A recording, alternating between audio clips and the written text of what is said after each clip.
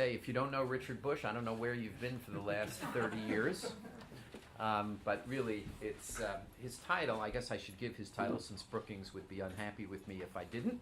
He is Senior Fellow at the Brookings Institution, Director of its Center for Northeast Asian Policy Studies, and holder of the Chen Fu and Cecilia Yen Ku Chair in Taiwan Studies, and really one of the most knowledgeable people around on Taiwan, on Hong Kong, and on China.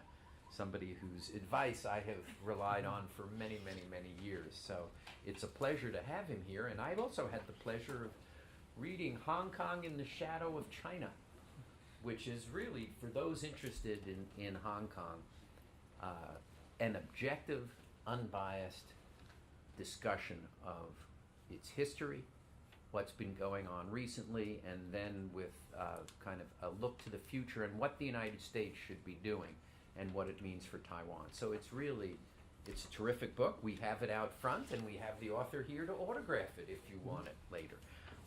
But it's just great to have you here. Thanks. You for coming up.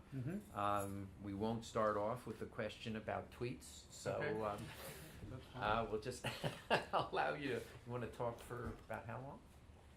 25 minutes, and then I'll ask some questions, and then our audience will ask some questions. But thank you so much for being here. Thanks. It's a great pleasure. Nice to see old friends, some of whom have Hong Kong in their past, among them you, right? And Hong Kong is, having Hong Kong in your past is one of the reasons that I did this book, because I spent my secondary school years, 5 of them in Hong Kong as a missionary kid. I'm sort of in the second generation of missionary kids who went into the China field. Some of the founders of this organization were in the first generation. And it was because I lived in Hong Kong that I did go into the China field. So I owe Hong Kong a lot because I've had a good time. Also, I knew around 2013 when I was looking for another project that things were going to be interesting in Hong Kong because electoral reform was going to be on the agenda.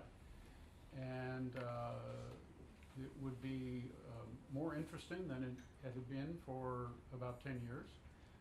I didn't know exactly how interesting it was going to be. I had the privilege of watching events unfold and trying to make sense of them. The hardest thing about doing this book was to know when to cut it off because the story kept changing. And fortunately, I cut it off when the story was starting to change. So I didn't miss an important set of developments, which have only proliferated, and I'll get to that. So the key word of tonight's presentation is hybrid. I own a hybrid car, but that is immaterial. Hong Kong is a hybrid in many ways, socially, economically, constitutionally. It's a special administrative region of the People's Republic of China in terms of its sort of international identity. But it's the political system and its hybrid character that I'm interested in. Hong Kong is neither an authoritarian system like that across the border in the rest of the PRC, but it's not a full liberal electoral democracy. And 2 more key words are liberal and electoral. Now, Russia is one kind of hybrid. It has elections, and Vladimir Putin gets elected, but it doesn't have the political freedoms and the rule of law that we associate with a fully democratic system. Hong Kong is different. It's the opposite. It has the rule of law. It protects civil and political rights. All of this is embedded in the basic law. These were things that China granted to Hong Kong or preserved in Hong Kong. And it's what we mean by the word liberal. The story of why China was willing to accommodate to this kind of system, to a liberal order, was that the British, during the negotiations over the Joint Declaration in 1983, 1984, convinced them that the rule of law and civil and political rights were essential to the preservation of a capitalist system. That, you know, they weren't something that was good for their own sake, but if China was serious about preserving capitalism as the second system in Hong Kong, you had to have these. And so China went along. In addition, Hong Kong has a partial electoral democracy. Half of the members of the Legislative Council, or LegCo, are elected in very competitive elections that we would recognize as democratic.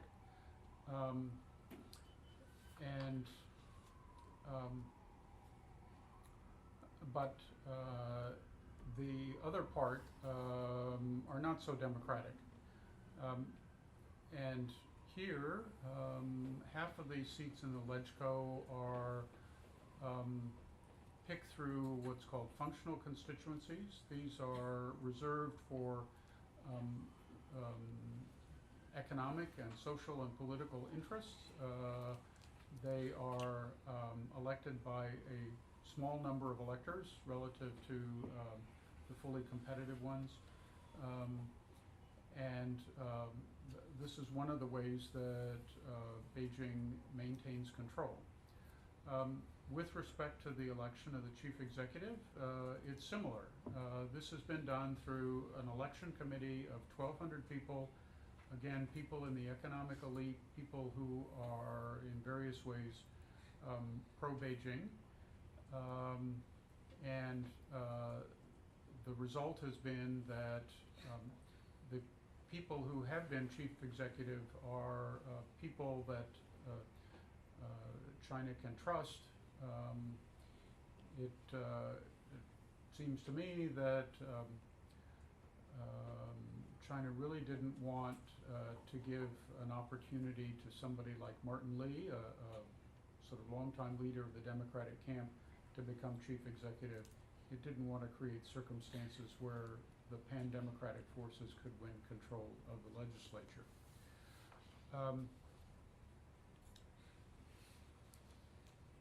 China may have hoped when it agreed to this back in the 1980s, that Hong Kong would remain just an economic city, which is what it was when I lived there. It did not, in fact, it became a very political city. Hong Kong people used the political rights that Beijing had granted to challenge the government on all sorts of issues and to push for democratic change. Tiananmen was one of the reasons that Hong Kong became political. Growing inequality, both economic and political, was another. There was frustration at the slow pace of democratization. Some pan-democrats got fed up with working in the system as it existed, and they moved to more and more radical tactics. And this division within the Democratic camp between moderates and radicals became a critical factor later on. So you have the Hong Kong hybrid. You have the liberal elements of a democratic system, rule of law, political rights. You have partial electoral democracy. And what happened from 2013 to 2015, and which I describe in probably too much detail in my book, was an effort to change this hybrid and move it in a more democratic direction. Specifically, the idea was to change the way the chief executive was elected so that it wasn't going to be done by 1,200 handpicked people in the election committee, but by all eligible voters in Hong Kong. And this is something that Beijing pledged to do back in 2007. But there was a catch, and it went back to the basic law, and that was that the candidates who ran in that election would be picked by a nominating committee. And the more Democrats in Hong Kong learned about this nominating committee, the more concerned they became, because it looked in its membership an awful lot like the election committee, which they had had to put up with for more than a decade. And so,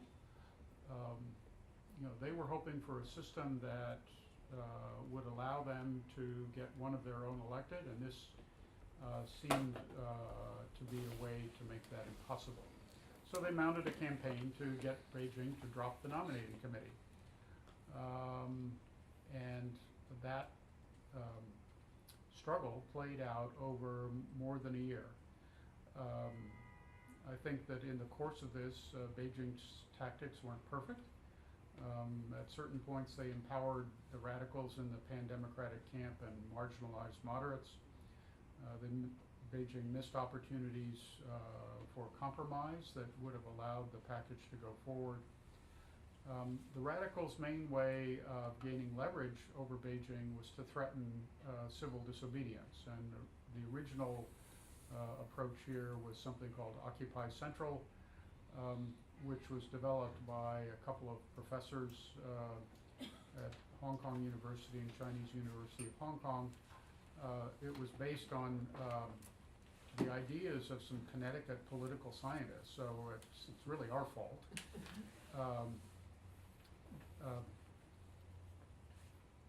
You'll recall that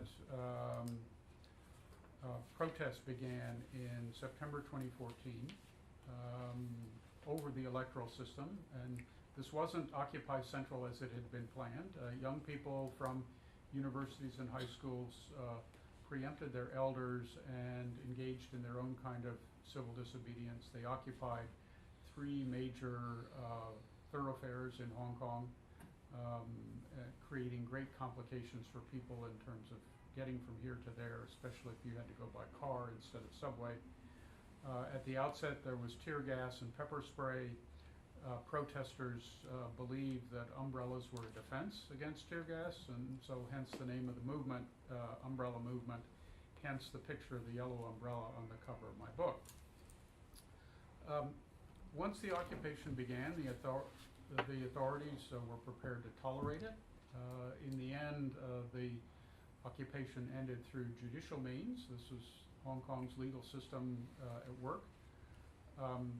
The leaders of the protest movement, I think, were divided on strategy and tactics. They didn't know what to settle for. They didn't have an exit strategy. I sympathize with the authorities having to deal with them. But the end result was a standoff between Beijing and the Hong Kong government and the Hong Kong establishment on the one hand, young people, middle-class people, and the democratic parties on the other. Now, for me, through all of this, what was important was, would the end result of this reform process, whether you had a nominating committee or not, would it allow a competitive contest among individuals who represented the broad spectrum of political opinion in Hong Kong? And in that light, something really interesting happened in April 2015. And that was the point that the Hong Kong government actually sent its proposal for the details of this system with the nominating committee to LegCo. And I believe, and people in Hong Kong whose judgment I respect, believe that this created a narrow pathway for a Democrat not only to be nominated to run, but actually to win. And this was a narrow pathway. The Democrats would have had to be very strategic about it. They couldn't nominate a radical person and expect to have that person nominated. But if they nominated somebody who was moderate and whom Beijing had confidence in, then it would have been a competitive election. And Hong Kong's a small place. People knew that such people existed, such moderates existed, and that perhaps this could work out for the best. The way that this narrow pathway was created was that the proposal allowed consideration of pre-candidates, and it wasn't as hard to get picked as a pre-candidate as it was to be a full-fledged candidate. The process would be transparent. The public would know the policy views of each pre-candidate, and public opinion polls would show their relative popularity.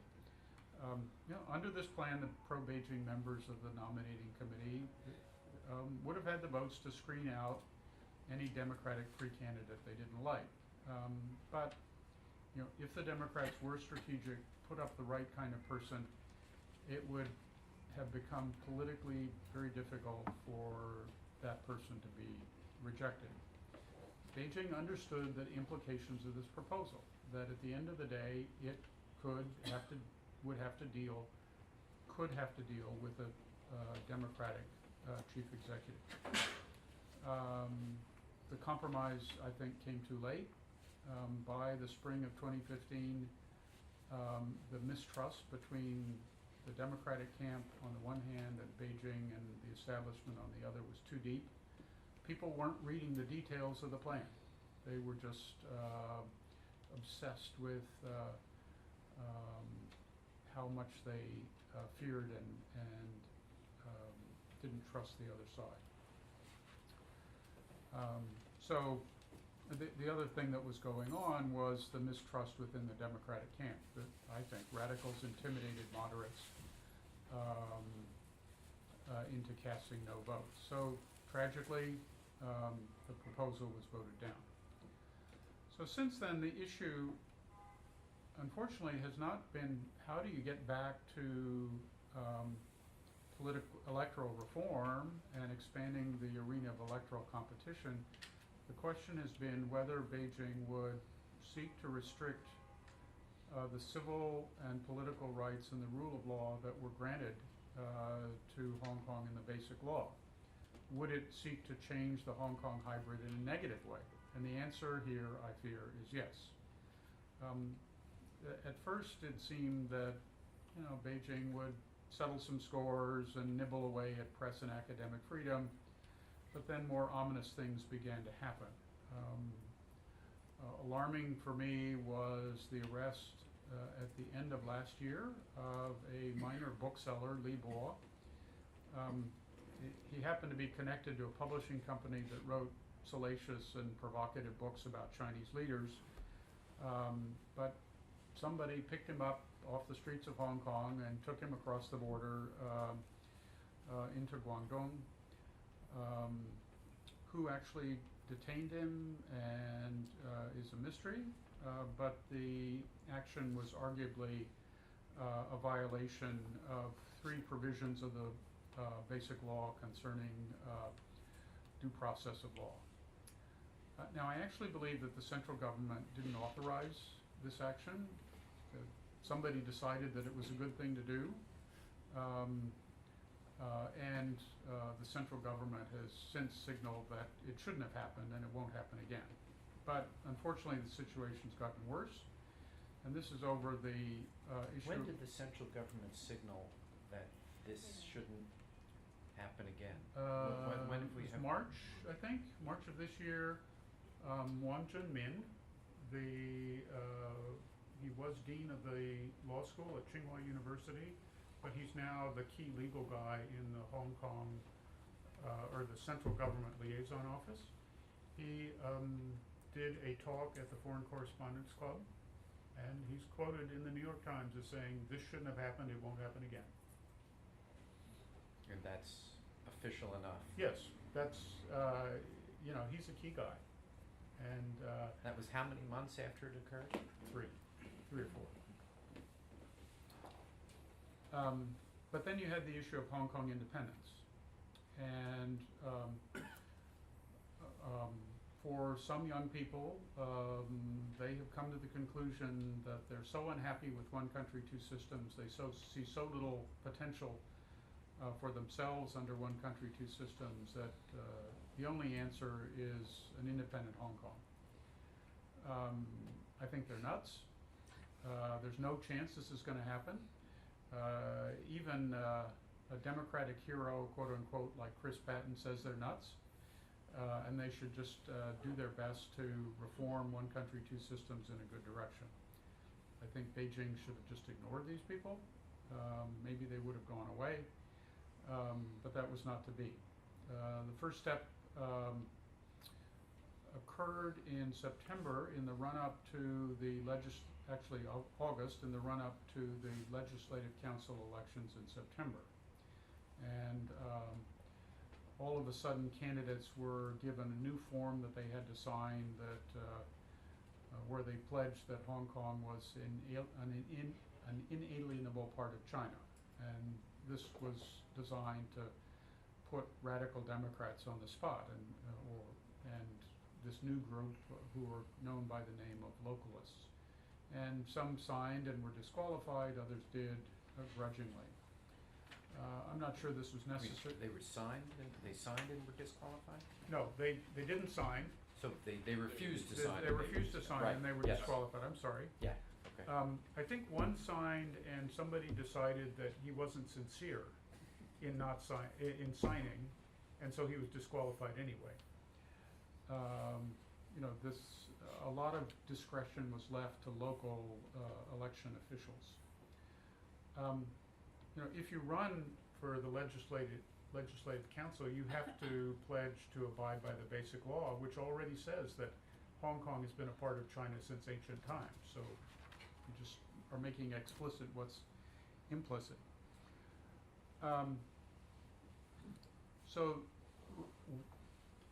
We've seen recently the second stage of this campaign against localism, and that was when two localist LegCo winners chose to take the oath of office in a way that was both contrary to what was required and offensive to China, frankly. I don't know what they thought they were doing.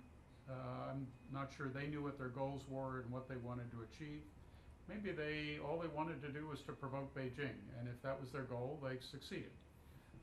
It got a strong reaction, and they were removed from office. The unfortunate thing was that as soon as this problem occurred, the Hong Kong government went to court to disqualify them from office. And the Hong Kong government was confident that it would win. But Beijing, through a decision of the Standing Committee of the National People's Congress, preempted the Hong Kong courts, and essentially sort of told the courts what to decide.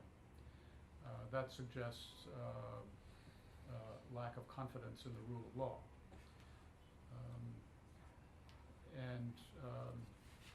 So it sort of probably made the situation worse than it needed to. Just this week, the Hong Kong government sought a judicial review from the Hong Kong courts to try and exclude 4 more Democratic members of LegCo, including the famous long hair Mr. Leung. So looking back on the last 3+ years, we have a situation that could have worked out pretty well. Not to anybody's satisfaction, but frankly, in politics, good enough is often about all you can get. And you got to be satisfied, and you got to work with it. But we ended up with a lose-lose situation. It's a double tragedy because as long as the political system is in stalemate and in contestation, Hong Kong cannot move forward on some important policy issues having to do with economic competitiveness, social welfare, and so on. The radical Democrats have just enough ways to gum up the system. Let me talk just a little bit about the U.S. role during this whole episode. Washington was actually in an awkward position during the debate over electoral reform. On the one hand, we support democratization everywhere. On the other hand, we acknowledge and accept that Hong Kong is a special administrative region of China and that the basic law is the territory's constitutional document. Complicating matters, PRC propagandists early on and continuing through the whole process made quite false allegations that the United States was the black hand behind efforts in Hong Kong to radicalize the struggle over electoral reform. Evidence was manufactured to prove this. My own strong impression is that we understood the dangers of becoming the issue here, and we thought that and believed sincerely that the turmoil was the result of local issues. And President Obama went so far as to reassure Xi Jinping that we did not create this trouble. He did that in November of 2014. Rhetorically, we positioned ourselves in a subtle way to say that what we wanted was a competitive election. I think that people in Hong Kong understood that.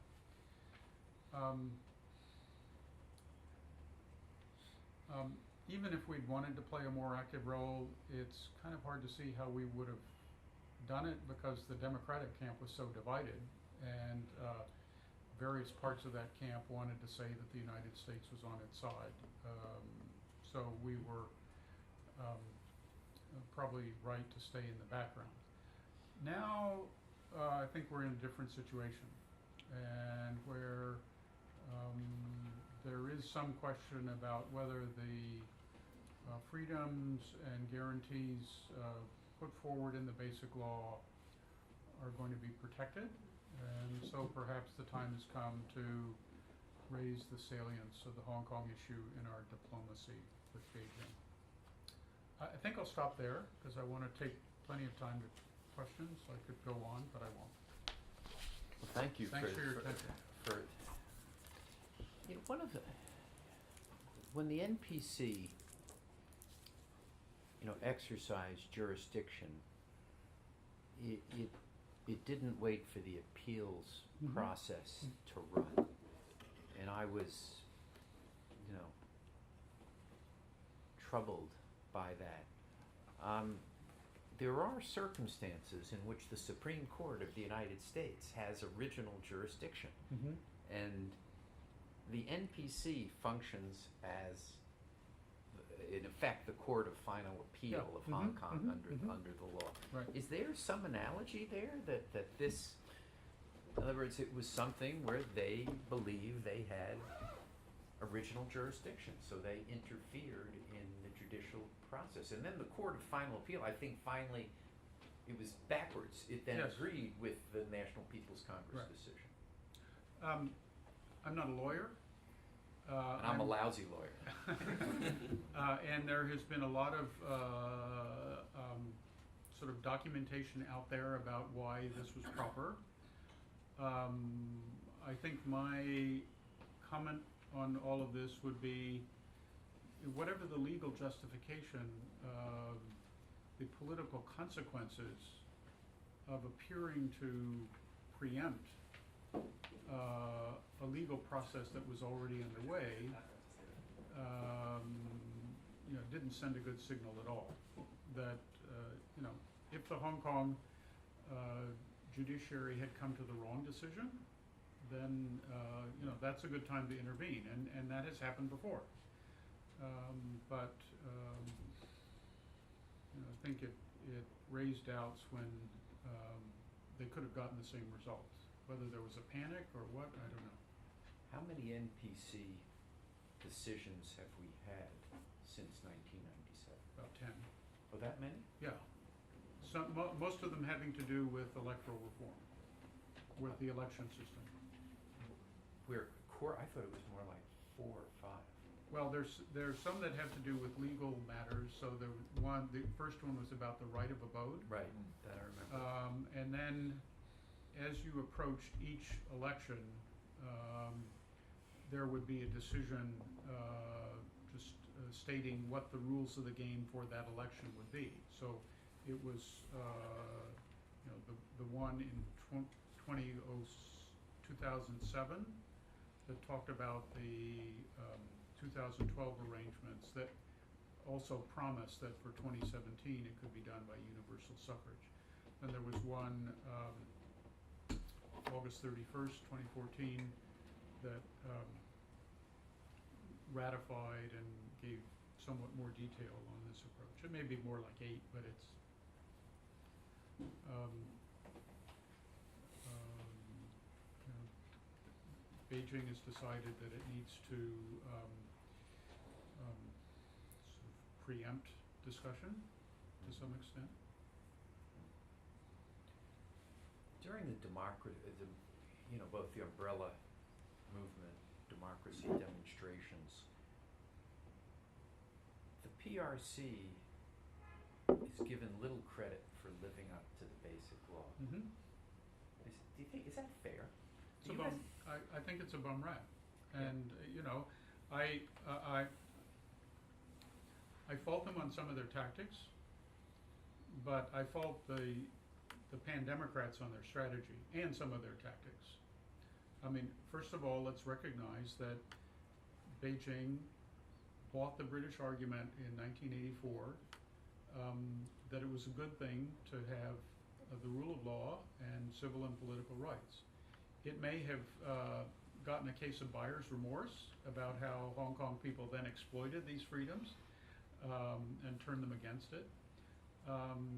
But for this whole period up until this past year, it has basically stuck to those commitments. Moreover, it accepted,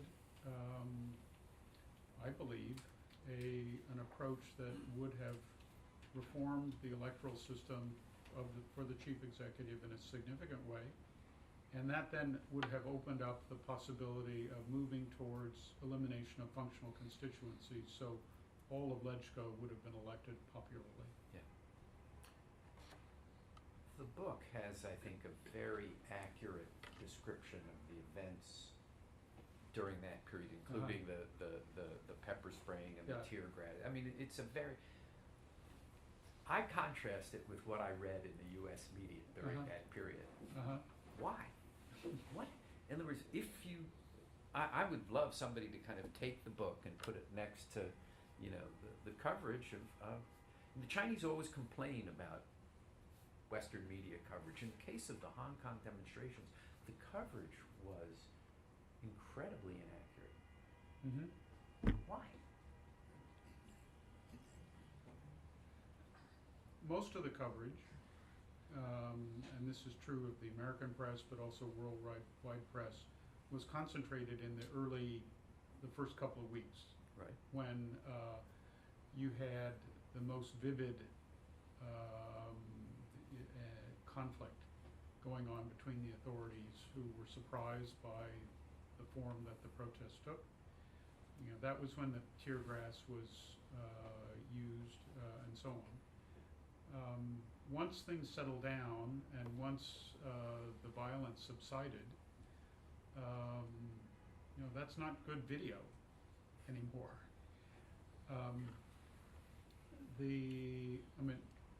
One of the occupation sites, Mongkok, I'll say, right, is more complicated than the others, and you have triads and so on. So that was more violent, but in other words, if you read the Western media, the violence in Mongkok was precipitated by the Hong Kong government and with PRC kind of connivance or acquiescence, whereas in fact it was triads and storekeepers who didn't want people blocking entrance to their. That's right. But if you read there was no acceptance of that as an actual case. I hate to bash them. We have Richard here, we have some other folks here from the media, but it was one where really I just felt I was reading fiction. Because I would be talking to people in Hong Kong regularly, and they would say, no, it was kind of like what the book says. There is a value of being 11 time zones away.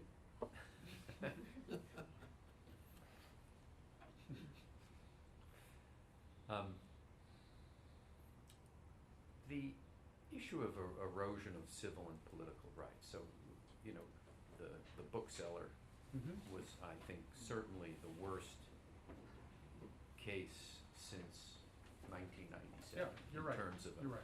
a clear violation. The NPC decisions, I think, are much grayer.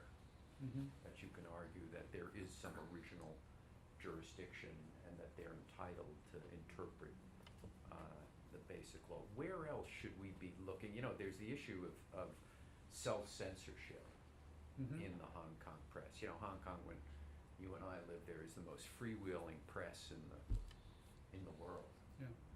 And now there's concern about self-censorship. Well, I think this is a complicated issue as well, because around the world, print media is under commercial pressures, and owners do have influence over what is written, and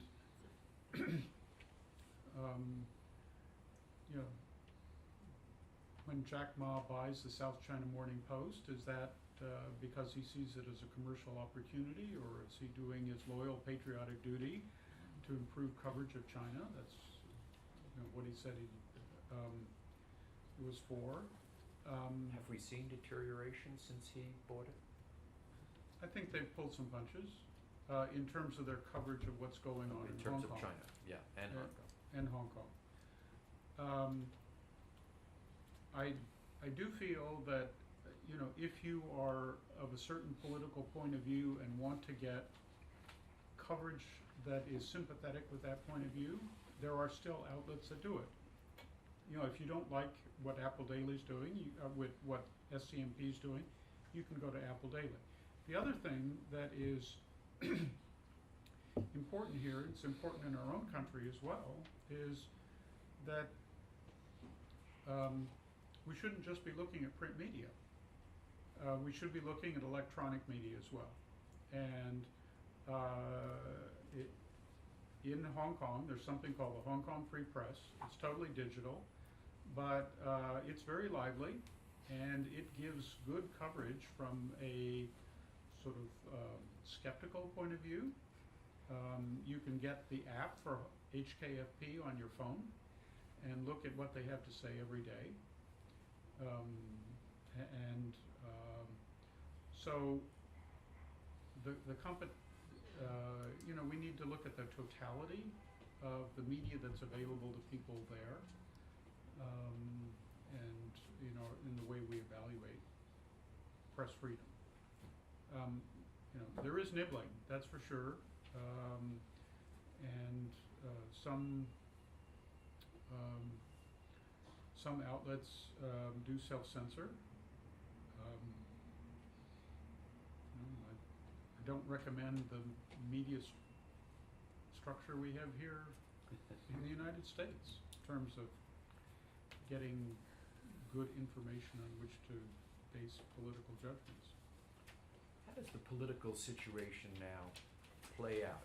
As a result of the defeat of the electoral reform, what happened is there was progress in that there would be universal suffrage, but the nomination process was not acceptable.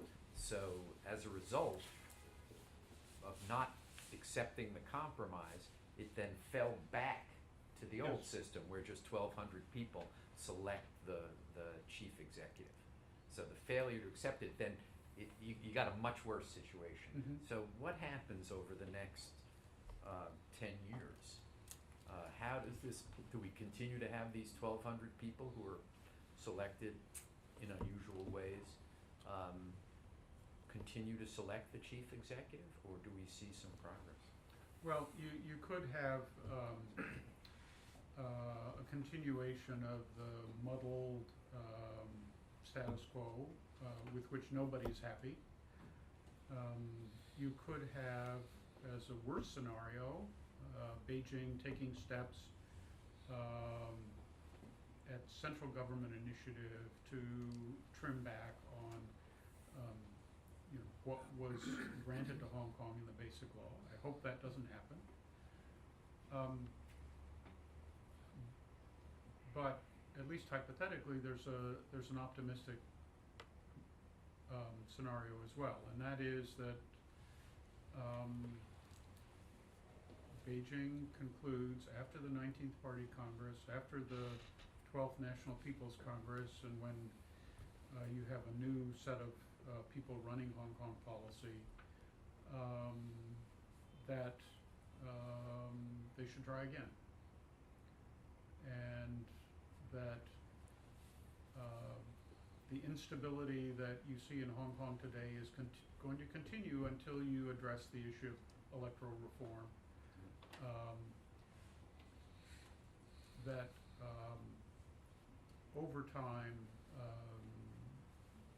moving forward on electoral reform will actually bring about stability. So you revive the proposal of April 2015. Maybe you tweak it a little bit so that you can say it's different. You cultivate people in the moderate wing of the Democratic camp to get their support, build them up instead of marginalizing them, and try and pass it again. And so that for the election of the chief executive in 2020 or 2022, it would be done on a universal suffrage basis. There would be a nominating committee, but it would be on the same rules that were put forward in the government's proposal. And perhaps chastened, at least some people in the Democratic camp would realize we blew it last time, let's not blow it this time. When I moved to Hong Kong in my second incarnation, my first incarnation was a student, my second incarnation was for the late, great Lehman Brothers.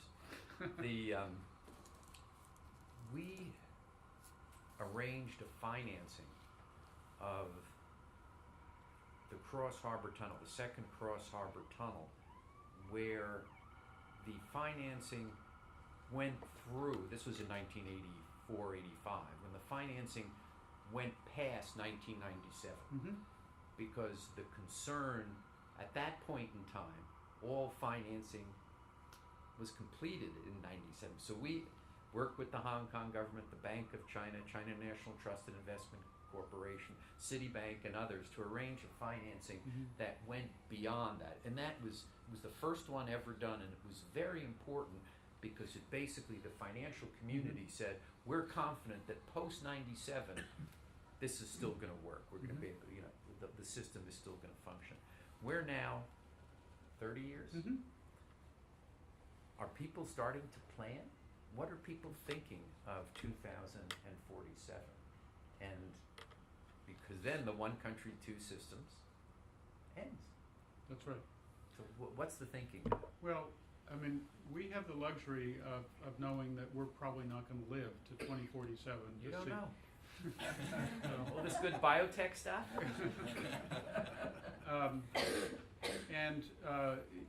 People the question is, will we want to live? People of our generation in Hong Kong, they're probably not going to live to see it. They will have seen the run-up to it. But the kids, the young people who did the umbrella movement, that's in their lifetime. They will only be in middle age when that happens. So they have a very different mentality about 2047. So this is starting to be discussed.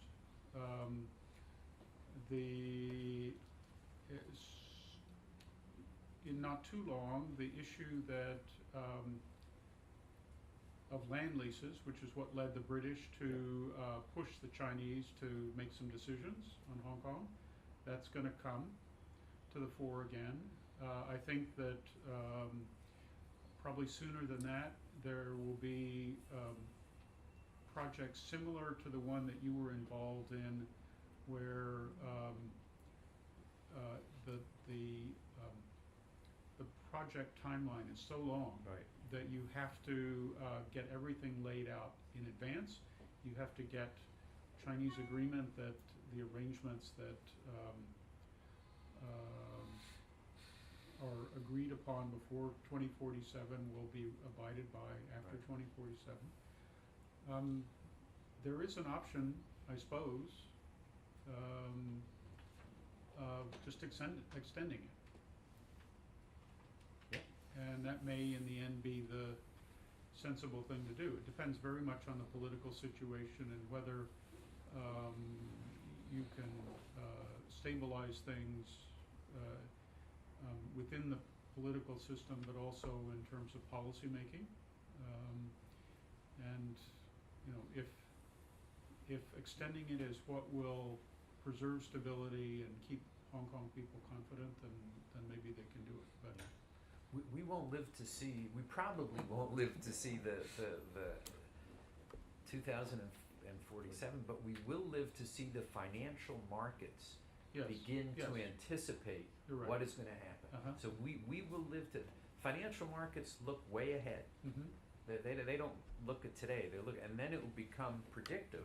Mm-hmm. And quite, if there is not something done to kind of talk about what happens in July 2nd, 2047, the financial markets become concerned, and that happens many, many years in advance. Well, and you may remember that in, for example, October 1983, there was a financial panic in Hong Yep. Kong because people lost confidence in the arrangements going forward, and so the British government had to move very quickly to calm the Yeah. fears. What was so interesting about that transaction is we brought in what was then 中国国际信托投资公司 CITIC, Mm-hmm. and Rung Yiren was the then Uh-huh. chairman of CITIC, and we knew he could reach the highest levels of the Chinese government. Mm-hmm. So we brought them in on the equity side, and he reached the highest levels of the Chinese government, got approval to invest, and then Bank of China was one of the co-leads on the debt side, along with Hong Kong Shanghai Bank and Citibank. So we basically was this, the largest investor was a Japanese company. So we ran this multinational consortium, which basically told the financial markets we're confident in post 97, in post 97. What's it all mean for Taiwan? This is interesting. Within Taiwan, Hong Kong is a political cudgel that can be used for green politicians to attack blue politicians, and their slogan is, this is at least when President Ma was in office, their slogan was, today's Hong Kong is tomorrow's Taiwan. That, Ma Ying-jeou is taking us down Hong Kong's road, and we are going to see similar consequences. Interestingly, what I found in sort of talking to Taiwan's Hong Kong experts, people in the public don't see implications, particularly if they don't have family in Hong Kong. If you have family in Hong Kong, there are implications, but they have been sort of educated to the idea that the two cases are different. That even though Beijing says one country, two systems for both, they believe that Hong Kong was a colony, it never had sovereignty, the Republic of China is an independent sovereign state, and so the one country, two systems thing doesn't apply to us. And when the Occupy movement first got going, and there was a lot of news coverage, people paid attention, but pretty quickly the tear gas subsided, and Taiwan people turned to some other issue. I think it was food safety. And probably this, for at least some people, this just confirms what they believed anyway about the Chinese government. But The Chinese could have walked into Hong Kong any day and taken it over. They could not do the same in October Taiwan. 1949, they could have walked over. Just They could got have to the border and they stopped. Right. And during the Cultural Revolution, they Yeah. could have. Mm-hmm. They chose not to. Let me open the floor to questions. Frank? I'd Speak like to- loudly so we can pick it up on. I'd like to zoom out a bit and bring in two factors that are going to affect everything that was talked about, but you have not touched on. Sure. And the two factors are globalization Mm-hmm. and the increasing integration of the Pearl River Delta, Mm-hmm. both in terms of bridges and logistics, Mm-hmm. and in terms of shared economics. Mm-hmm. People from Hong Kong going into the Pearl River Delta as managers or investors, Mm-hmm. and people from the mainland coming as students to the universities, etc.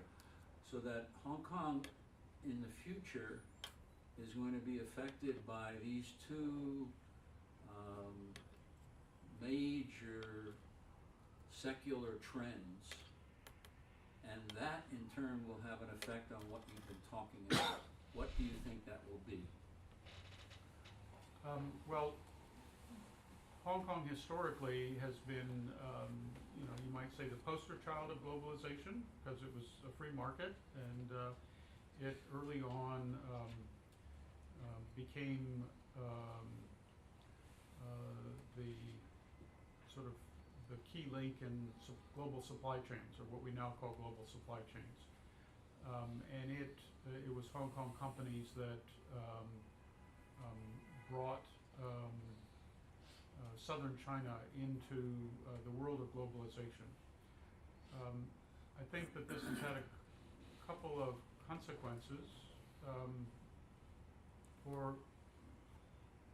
First of all, it means that Hong Kong has to be very nimble in terms of identifying its comparative advantage going forward and how it's going to be competitive, and can it create the right policy environment.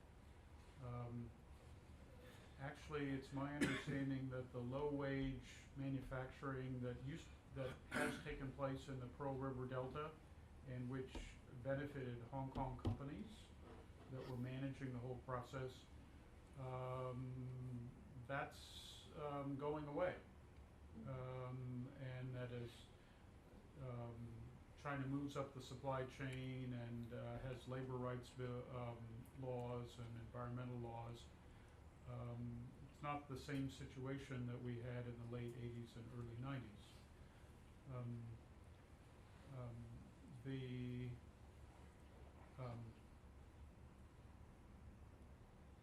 The other thing affecting Hong Kong people and Hong Kong's preserving competitiveness is the rapid change in technology, and so you need to make sure that your education system is producing the kind of talent that you need for whatever sectors are going to be the engines of growth. You're absolutely right on the spatial integration of all of this, and people looking forward see the potential for the emergence of a sort of mega city that incorporates Hong Kong, Macau, Guangzhou, and the whole surrounding area, and that the connectivity, both physical and electronic, is going to be very important in pulling this together. Now, there are policy challenges, within Hong Kong to being part of this, and some of that is political. That if there's an infrastructure project, the people whose neighborhood it affects have ways of resisting it. If there's a feeling that this is going to allow the mainland police to intrude in ways that it hadn't intruded before, that becomes a political issue. The sort of real estate market has a way of reducing entrepreneurship and growing inequality. So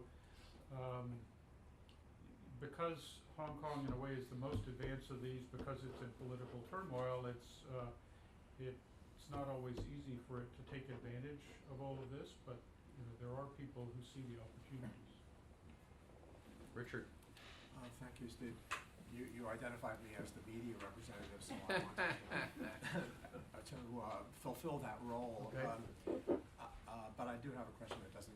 That's how I first met you, Right. 174 years ago. That's right. Yeah, and I do plan to be around in 2047. I mean, I don't argue with you at all about whether the press got it right or wrong, because I know that the press gets it wrong a lot. I would be the last to dispute that. I think we've just seen some very major examples in this country about how the press didn't get it right, even though there was certainly no absence of journalists covering the story, but somehow the story eluded them. But I do feel that the impression that I'm mostly reading the New York Times anyway. The impression that I had of what happened in Hong Kong from this distance of 8,000 or 9,000 miles is more or less along the lines of what we just heard from Richard Bush. So I'm not really that sure what you mean by when you describe it getting it that dramatically wrong. There were these demonstrations. It was called Occupy Central. It became the umbrella movement, and it was led and instigated by people who were unhappy over the rules governing the election of the chief executive. I mean, that's basically.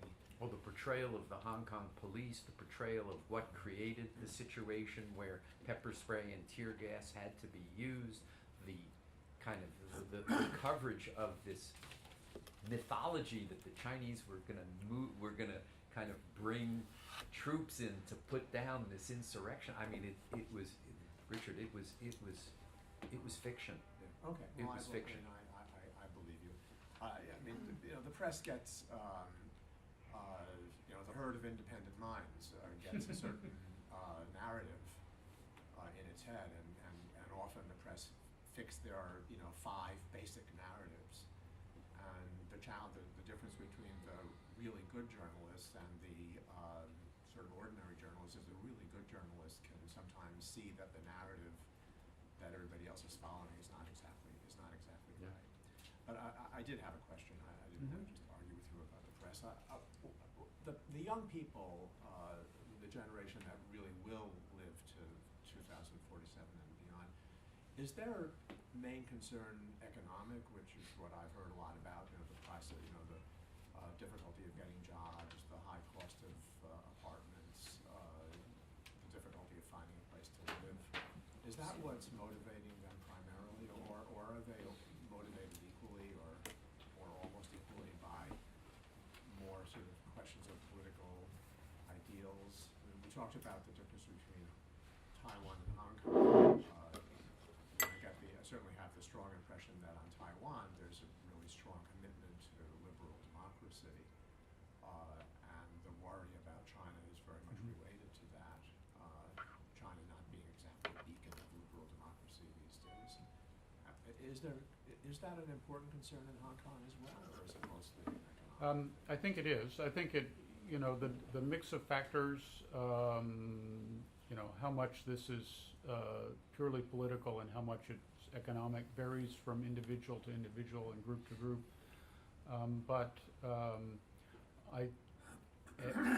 The economic inequality, I think, was certainly an exacerbating factor in all of this, and it often gives fuel to middle class protest. I mean, if you think about it, Hong Kong's a situation where you have a fairly high concentration of both economic and political power, and through the functional constituencies, it's often the same people or the same groups. And so in the minds of young people who are facing intense competition for school places, for jobs, for housing, they come to the conclusion that the economic system's rigged against us, the political system is rigged against us. The only way that we're going to have a shot at a chance is to change the political system. So democratization becomes in their minds, a means to the end of reducing economic quality, inequality and the lack of opportunity. You know, there's a line in the Communist Manifesto where Marx and Engels say that the capitalist state is no more, no less than the executive committee of the bourgeoisie.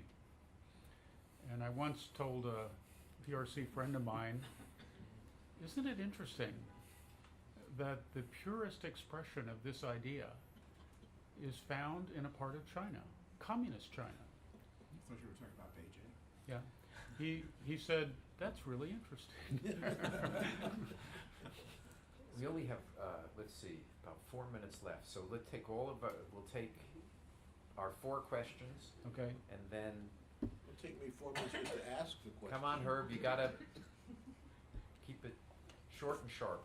First, I agree with both of you very much. I think Richard's description is very good. My daughter lives in Central for 23 years.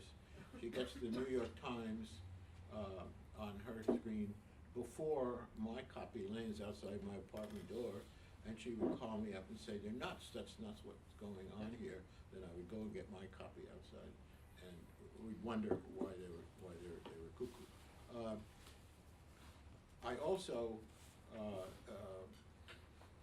so I agree with Richard's description, and I agree with the problem that you've raised, which was that honest, hard-working, sincere American reporters have never seen a demonstration they didn't sympathize with, because that's what they used to do when they were students.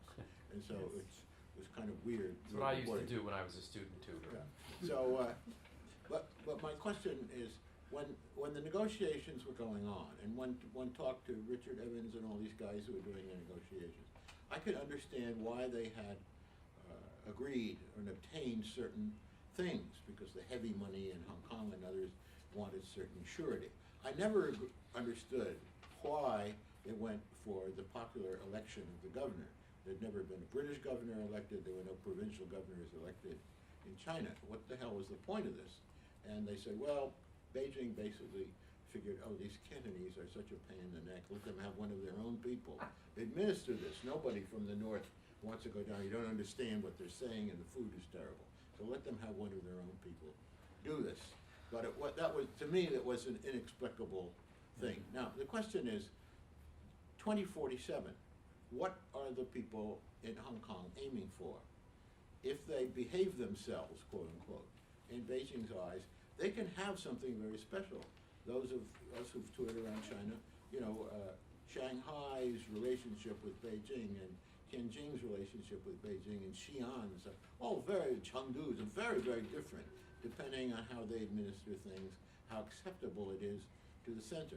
Does the opinion in Hong Kong say, how do we handle ourselves in such a way to maximize our situation, maximize our freedoms in a manner that's acceptable to Beijing? Or are we going to play these absurd games about what will make us happy without regard to what these guys 1,000 miles away Okay, you weren't think? kidding about the 4 minutes. Okay, Bill. The short answer is they're not thinking strategically. Quick question, Richard, given your expertise on Taiwan, I have to ask, what's your take on Trump's phone call with Tsai Other, we're gonna, go ahead. Yeah? Yes. We're real short, like Bill's. So my question is, as Mr. Bush mentioned, that one of the fallouts of the Unresolved movement is that the argument for democracy has somehow been transformed into an argument for independence, which as I see it, has triggered a shift in the sentiments of many mainland Chinese intellectuals, a shift moving away from sympathy or sense of camaraderie towards suspicion and confusion. And I think this shift strikes at the heart of a dilemma in the Chinese minds, which is a dilemma between, on the one hand, an awakening aspiration for liberal democracy, but on the other hand, a perpetual preoccupation with nationalism and Yeah. interests. Okay. What? I agree. Paul? Thank you. Real short. Yep. Given what's resulted now, do you think there's any possibility of either the Hong Kong government or the Beijing government at great reach of resolving some of the immediate social, economic, educational challenges? Or do they have any political will to do so? I'll take that one first. I mean, there is an understanding of the consequences of the housing shortage and the impact that this has on the mentality of middle-class kids, and they're trying to do it. There are things that are more radical reforms that could be done that have been laid out that are not being done. I hope that they do. There is a consciousness of the aging population and the burden that this is going to place on government and society. Not total clarity on how to deal with it. On the Trump Tsai phone call, my understanding of this is that although it was apparently President Tsai who physically placed the call, the idea came from people in Mr. Trump's camp. The sort of assumption in their thinking is that they understand how to deal with China, that if you're firm and tough with China, if you just do what you're going to do, China will back down, and that wimpy people like Richard Bush just are too weak and just don't understand how to deal with them. My guess is that if this is the only thing that President-elect Trump does that is sort of provocative towards China, that he'll get a pass from Beijing. He knows the term mulligan in golf, and he's liable to get a mulligan. What I worry about is that Beijing will find ways to punish Taiwan. There are already things that it's doing. It has a long list. It could go further down that list, and that would be too bad. I suspect that wasn't considered before this was undertaken. Was there? Those were all the questions. I mean, that was the. I mean, you answered. A couple of statements, yeah. But I agree with that. I agree with you. I mean, I can.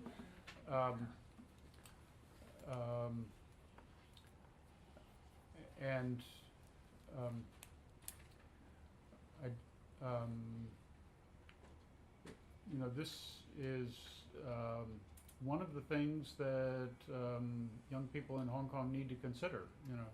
As Chairman Mao said, who are our enemies? Who are our friends? If you're not clear on that, you've got a problem. The book is available outside. Richard, thank you so much Okay. for what was a very interesting book.